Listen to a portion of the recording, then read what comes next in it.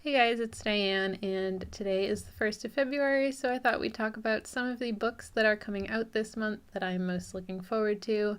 I only have 5 to talk about today. I haven't been watching the new releases too much this month, but there are some that I have had my eye on for a while that are finally almost here, so I thought we'd talk about those. One of these books is historical fiction with some sci-fi fantasy elements in the story, and the other ones are all fantasy. So let's get right into it. Coming out on February 6th is The Tainted Cup by Robert Jackson Bennett. This takes place in a fantasy world where in this empire along the border there is a lot of contagions and magical things going on, but one day an imperial officer dies when a tree sprouts from his body. And even for this part of the land, this is a pretty terrifying and unusual thing, so they call upon the greatest detective that they have, and she is very brilliant but also very eccentric. There are rumors about her that she can solve the greatest mysteries without ever leaving her home, and that she wears a blindfold at all times. I guess we'll see how true those rumors actually are when we meet her. But since this is such an unusual death and no one's really sure what caused it, they bring her in to solve it. So she comes with her assistant who has been magically altered, and it sounds like they're pretty new to working with one another. The assistant is discovering how brilliant of a mind she has and seeing how she works, and is also getting a little worried that eventually she's going to figure out his secrets as well. I think this sounds like it'll be a fun duo, seeing how they work together and get to know one another and one another's eccentricities. I obviously really like fantasy, but while I don't read too much mystery, I do enjoy it. And I think it's really interesting to see a mystery play out in a fantasy world, especially one where it sounds like there's some crazy magic going on. Then coming out on February 13th, we have The Warm Hands of Ghosts by Catherine Arden. This is a historical fiction with fantasy elements, and it follows a woman who is a battlefield nurse in the early 1900s, and she ends up getting discharged and goes back to Canada, and she later receives word that her brother, who was fighting in the war, has been killed. But something about it to her just doesn't seem right, so she winds up going back to Belgium to figure out what actually happened to him. There she begins hearing rumors about some other things that were going on beyond just the battles that could have affected her brother, and she's wondering now if he was actually killed in combat or if something else got to him first.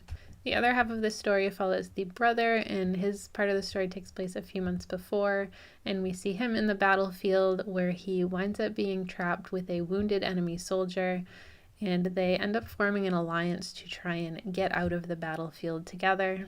They wind up working together to get off the battlefield, and then having formed this bond with one another, don't really want to go back to fighting against each other, and they end up encountering this mysterious man who has some power, some ability to make the battlefield disappear, make whatever they faced disappear.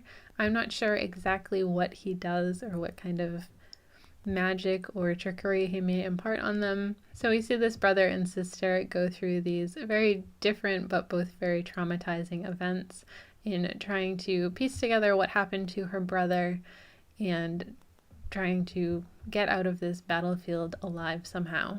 I think this sounds like a really interesting story, and having read Catherine Arden before, I really like the way that she has in the past taken history and fantasy and mixed them together to create an interesting story, so I'm very excited to see what she does with this one.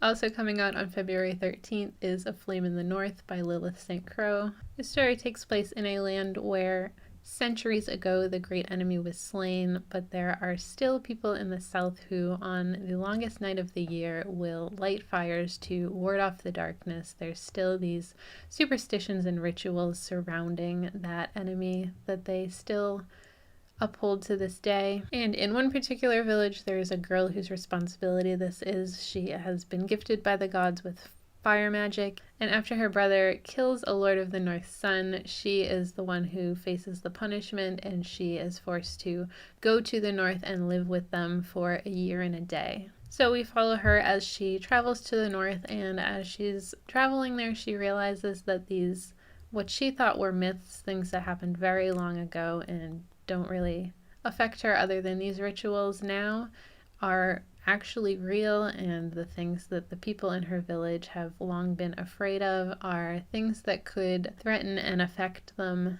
So she travels there with her shield maiden, and we see her figuring out what's going on, uncovering the dangers of this place and how they may come to affect her village. And hopefully she can find a way to stop it.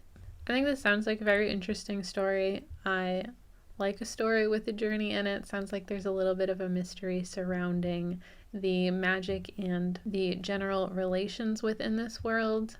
And I think it should be really cool to see our main character kind of find the source of what she grew up with as myths and what those stories are rooted in her real world, finally going to this place where these stories came from and seeing what she's going to have to face when she gets there. And coming out on February 27th is The Butcher of the Forest by Primi Muhammad. The story takes place in a land that is ruled by a tyrant, and they are near a very scary magical forest. Our main character is the only one who has ever gone into the forest and survived, and when the tyrant's children go missing, our main character is tasked with going into this forest again to retrieve them. There is only one day to complete this, and any mistakes could result in our main character and the children not returning. This is a relatively short read, and it sounds like it should be interesting venturing into this forest and finding out what dangers actually await us there. I'm not really sure what specifically the horrors of this forest are, or if it's going to be something that varies from person to person.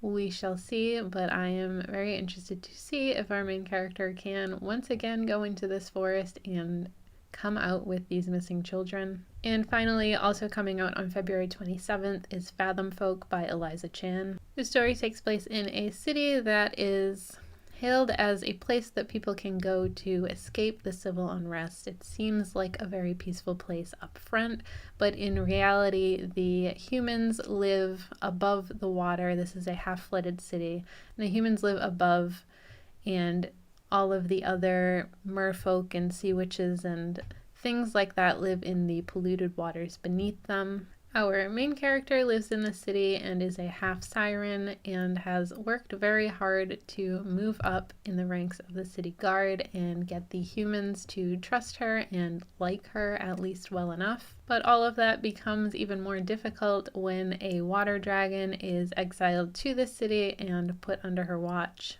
Things become even more difficult when extremists sabotage a city festival, which causes violence and even harsher rulings on these fathomfolk, which is what the people living in the waters are called. And together, our half siren and water dragon have to decide if the city is even worth saving and continuing to work for, making it a better place for their people, or if they should just abandon all hope and leave it to fall apart.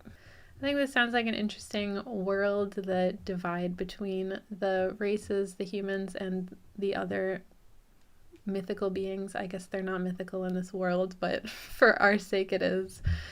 And I really like seeing revolution type of stories where we have kind of the underdogs trying to rise up and take back control of things, or in this case, they're really just fighting for equality.